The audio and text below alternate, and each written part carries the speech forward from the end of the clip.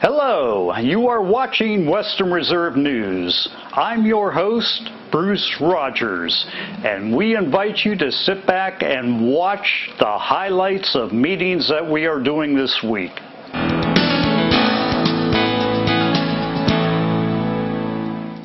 This is the week of October 19th, 2015. On Monday, October 19th, 2015, Western Reserve News was at the Lordstown Village Council meeting. On Tuesday, Western Reserve News was at Poland Village Council meeting. On Wednesday, October 21st, Western Reserve News was at the Canfield City Council meeting. And lastly, on Thursday, October 22nd, Western Reserve News was at the Leetonia Board of Education meeting. Leetonia School Board President Michael Ruley issues a plea to Leetonia residents to renew a levy. Well, I do have something to say, and it's extremely, extremely important, and we need to discuss it for a moment. I do personally think Leetonia School District is the greatest school district in the state of Ohio. I think it's hands down. I think everything that we've done has been amazing. We have an amazing campus that just celebrated our 10th anniversary, or 11th. This would be 2002, so this would be 13. Okay. 13. So we have a 13-year-old campus, and 3 or 4 years into the construction of this campus, we fell into the abyss. The financial black hole that was absolutely brutal, that almost brought this district to its knees and was almost dismembered. And all you have to do is look at the records. It's proof, it's fact, it's black and white. We lost 7 levies in a row. We never did pass a levy. A levy was never passed. I was on the levy committee with Dan. We went door to door. I took off election days to drive people to the polls. The constituents spoke extremely strongly and let me know that they were never going to pass a new levy. That is why I ran for school board. That is why I'm in my 7th year of the school board, and I feel honored, humbled, and privileged to be the president of the school board. But now I have to speak because this board, this superintendent, more than anything else, these teachers have done everything in their power, in their existence, to make this a strong district. We have moved up the rankings in student achievement, in school rankings. We've gone up 100 districts to advance towards being a South Ranger or a Poland or a Canfield. And we've done this with demographics that are miserable.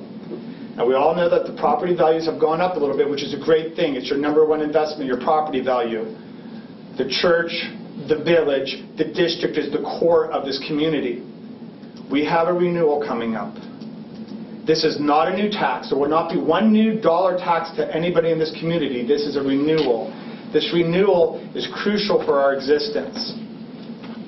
I think this district has done everything in its power to be good stewards, and that's the key word, stewards of the money, along with the teachers union that has worked extraordinarily closely with us and sacrificed over 2 contracts. We've done everything in our power to make this district work. Rob has gone way off the charts. All you have to do is call Ursula, his wife, on the phone and ask her about what a 9 to 5 is. You could ask any of the teachers what a 9 to 5 is. It doesn't exist in this district. I beg the people of Leetonia to pass this renewal. With all the humility that is God given me, we need this renewal passed with everything that is. This is not a new tax. This will be no new taxes at all. So if you love Leetonia, I wasn't born here, but I've been here for 20 years. My children are born and bred in Leetonia, and I am a bear to my core.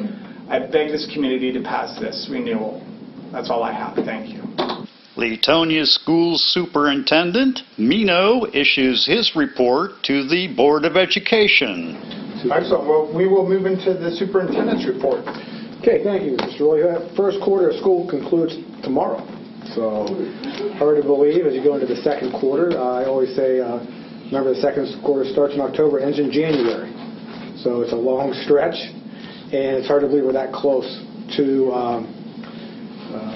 that deep into the school year. The staff is participating in Professional Development Day tomorrow. The focus will be on school safety.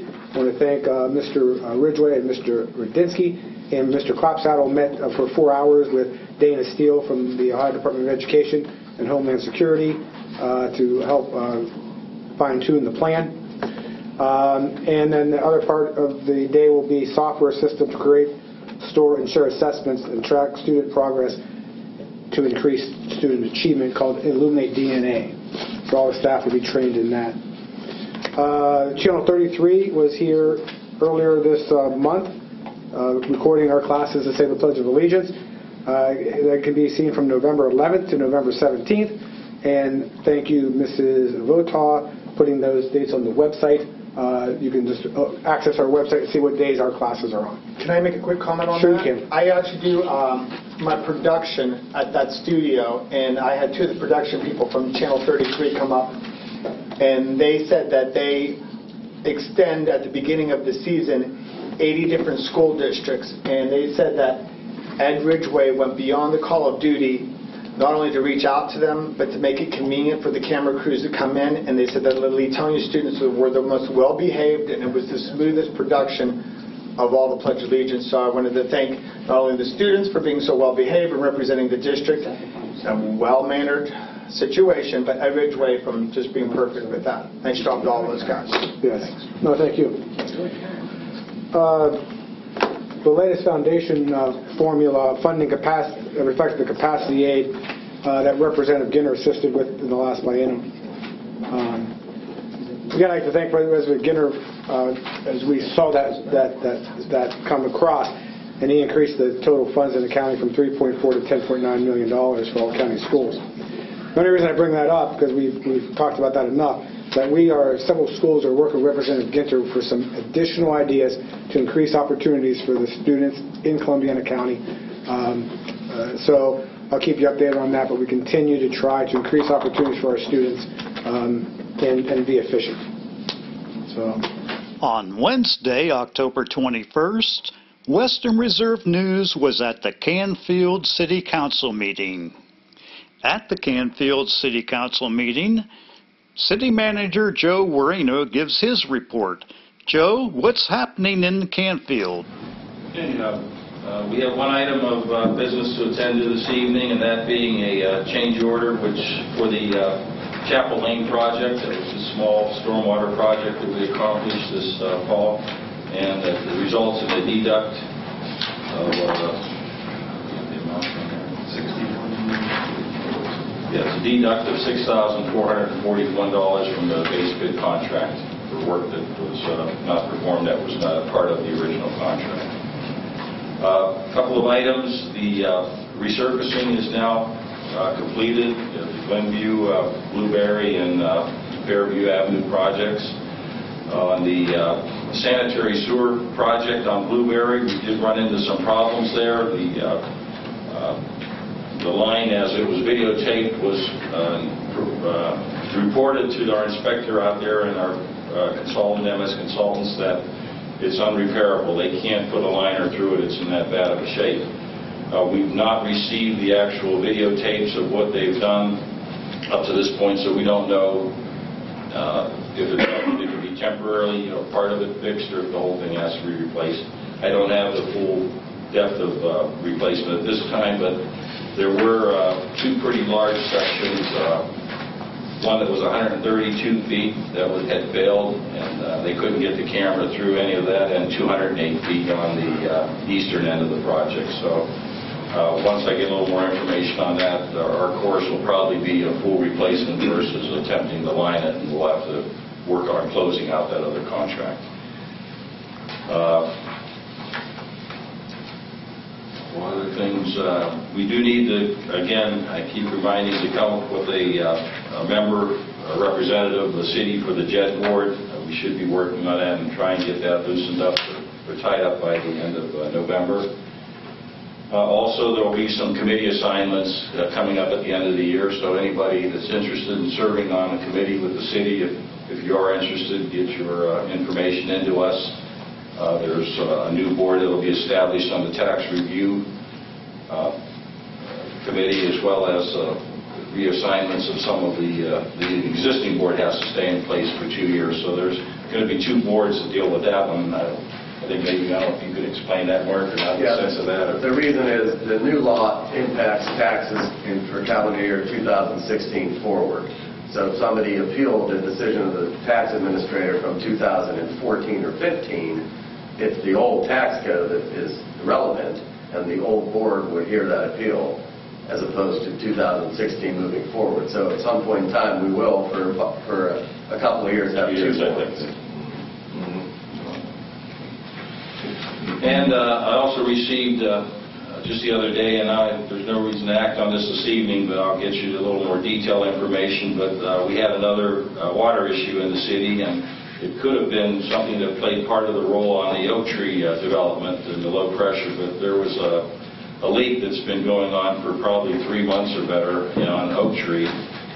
They used up in excess of 220,000 gallons from their normal consumption.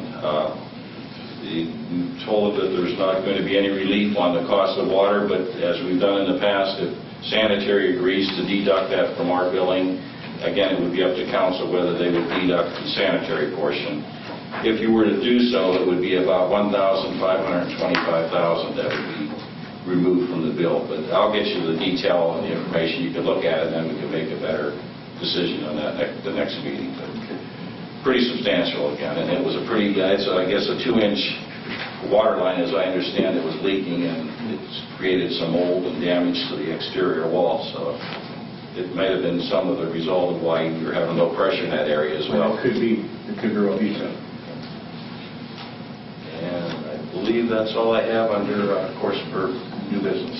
At the Poland Village Council meeting, more on the Yellow Creek.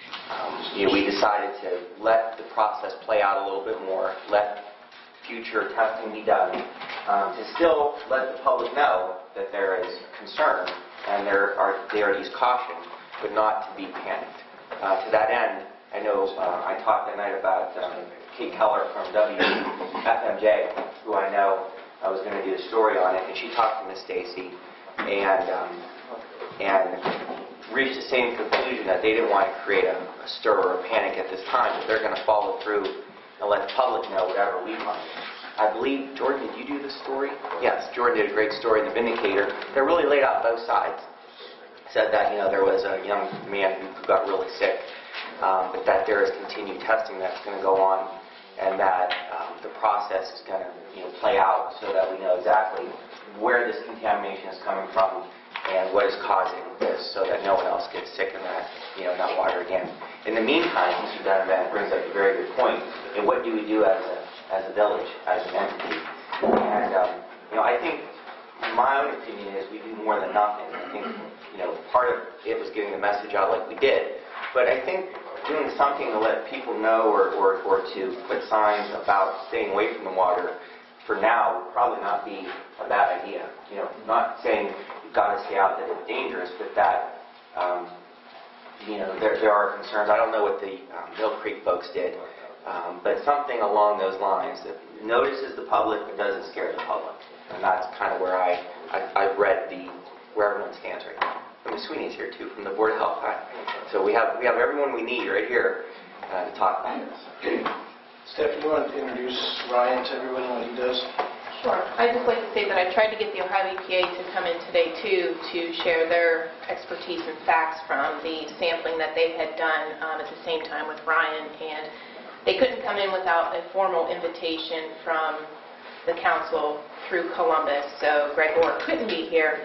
But Ryan Tekak and Patricia Sweeney from Mahoning County Board of Health, I felt that inviting them, as well as if I could have had the Ohio EPA here, would have been a little bit more easier to, take the information that Ms. Stacy had presented, and then also to hear the scientific data behind, what had happened on the sampling days and why they were just so different. So my encouragement was, after that meeting, was to use precaution as far as keeping people totally out of the creek. My only concern with that is if you do that with Yellow Creek, you might as well come out and just say every surface water is contaminated. Every surface water is not safe, including the ocean. As far as what the septic systems go that are in the area, when this complaint came in, that's the first thing we looked at. There is an area that there's about, I'd say, 16 or 17 houses that are still on septics.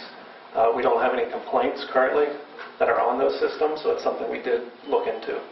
As far as sampling goes, we can offer that. However, it does come with a fee. So what Mill Creek Park is doing right now, that's something that we offer to them and that they paid for. So we would be more than happy to offer that for you guys and sit down and discuss a strategy moving forward as far as where to sample, how often to sample, and then what it would cost. Can the board recommend an action at this time that we may take, or would they recommend no action, or would they not? Would they stay out of recommending things? What would be the? Because I defer to experts in these situations. So what would you recommend that we do, if anything? I would say, moving forward right now, we only have 3 samples. 1 sample was taken out in December, and that's out of the recreational season. The OAC, the law basically states recreational waters of when to sample during the recreational season. 2 of those samples were taken, and they're supposed to be taken at base flow. And when they say base flow, that's when you have, I believe it's 72 hours of a non-rain event. And the reason why the EPA does that is because they want to ensure that they're not getting any, they call it non-point pollution. Non-point pollution is runoff from farm fields and whatnot. Point pollution is something that you can put your eye on. It's a point, it's a source, and that can be your septic systems or whatnot. So at this point, I wouldn't recommend the post signage in until you have more science behind it, coming from a science background.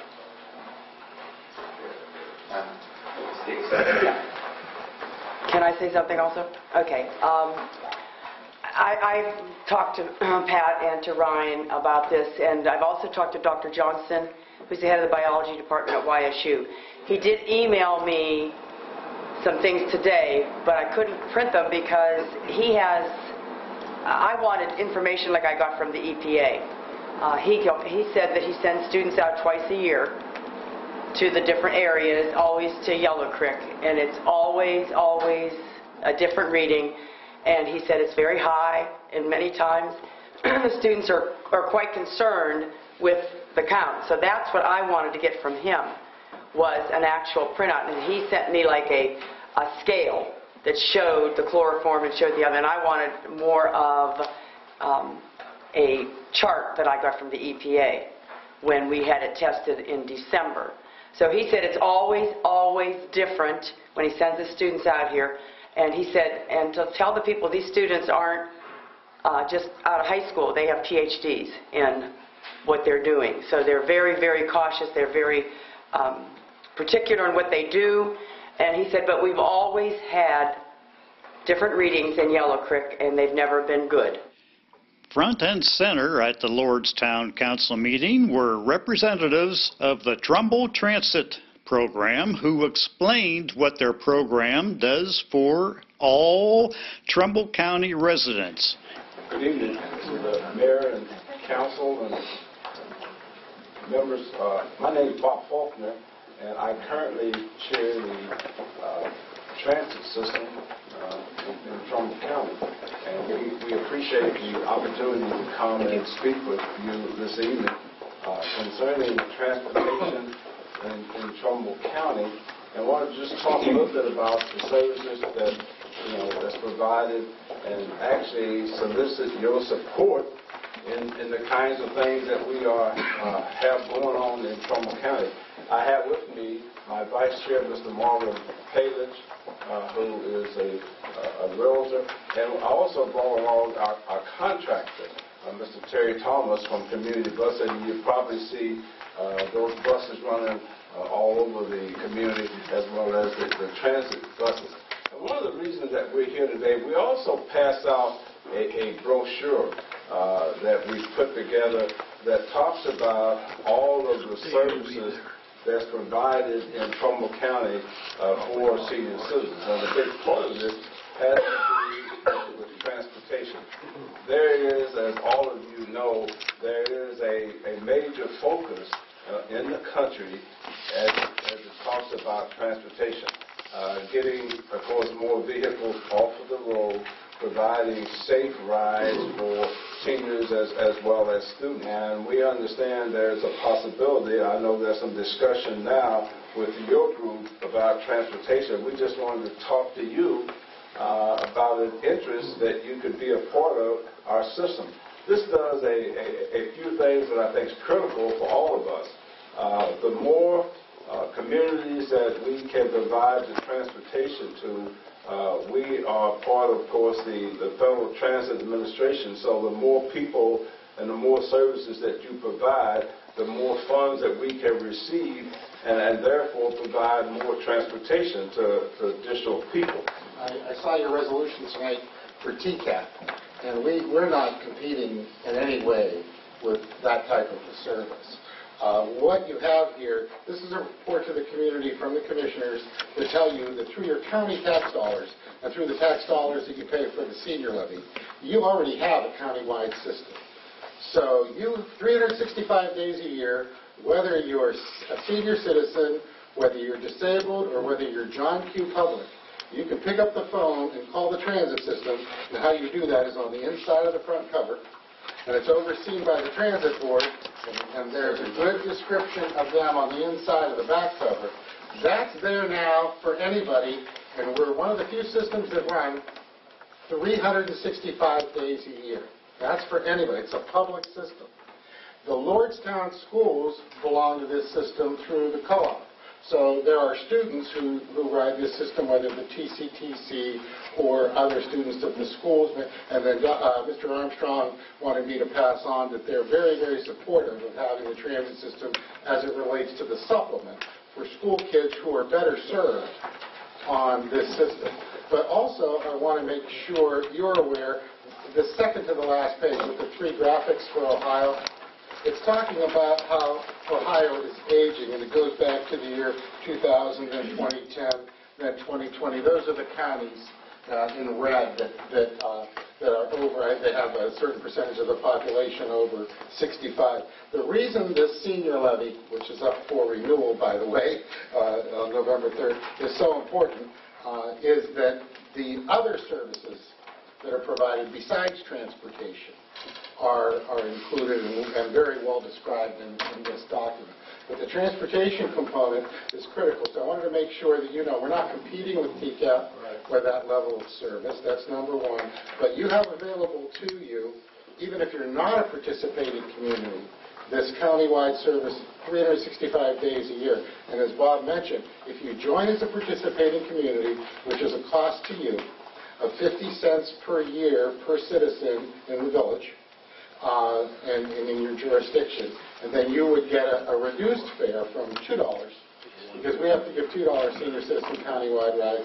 Yours would go to $1.50, and that's anywhere in the county, and it includes dialysis centers in Hermitage and in Boardman and the Veterans Center in Youngstown as well.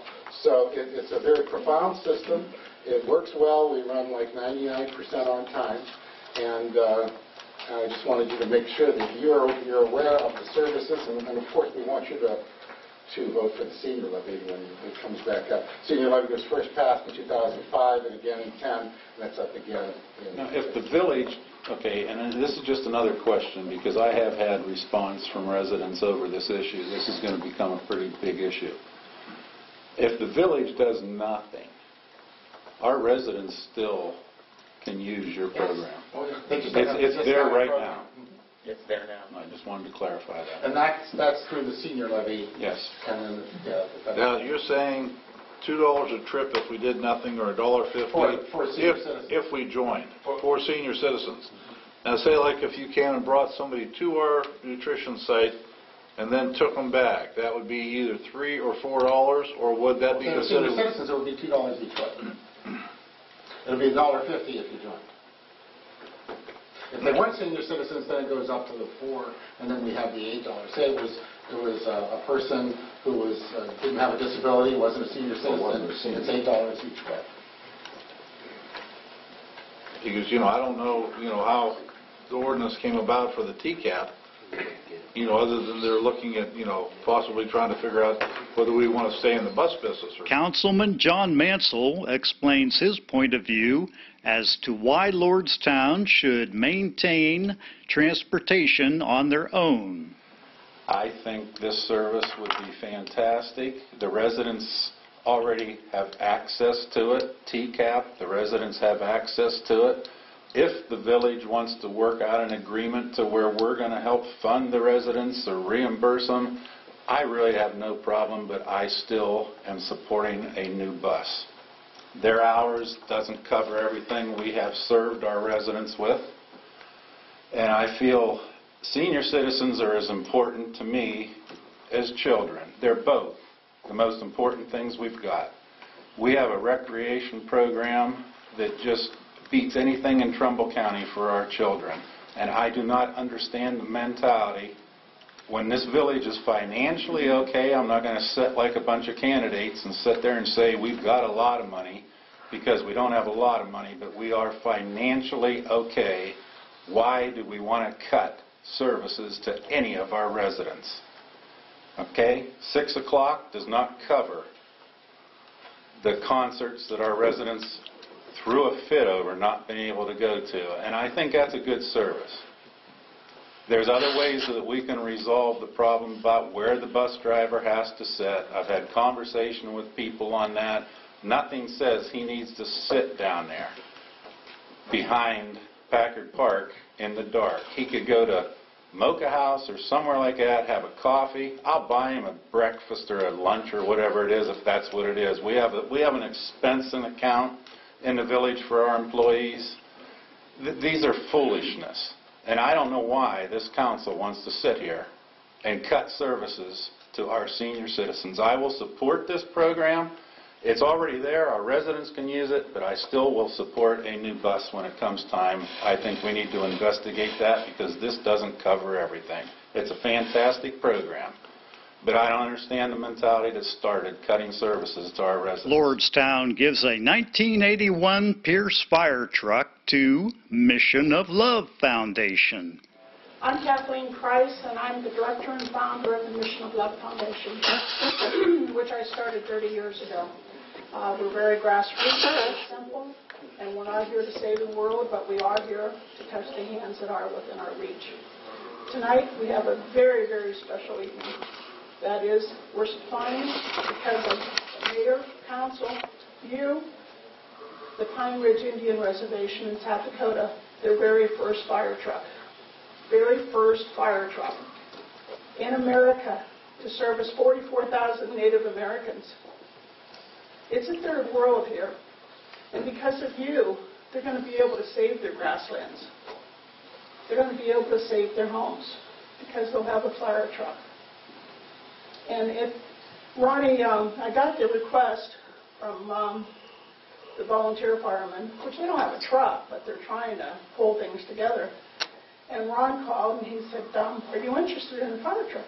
We advertised it and nobody showed any interest. And do you want to come and see it? Before I knew it, I was sitting in the mayor's office and giving him my call of compassion for my friends on the Native American reservation in South Dakota. And we all thought, hey, this might be a good idea.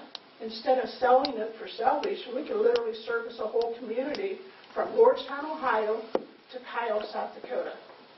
That's pretty impressive, isn't it? Because of a phone call, because of the mayor, because of council, taking the time to care about their fellow citizens, their fellow Native Americans, our first Americans.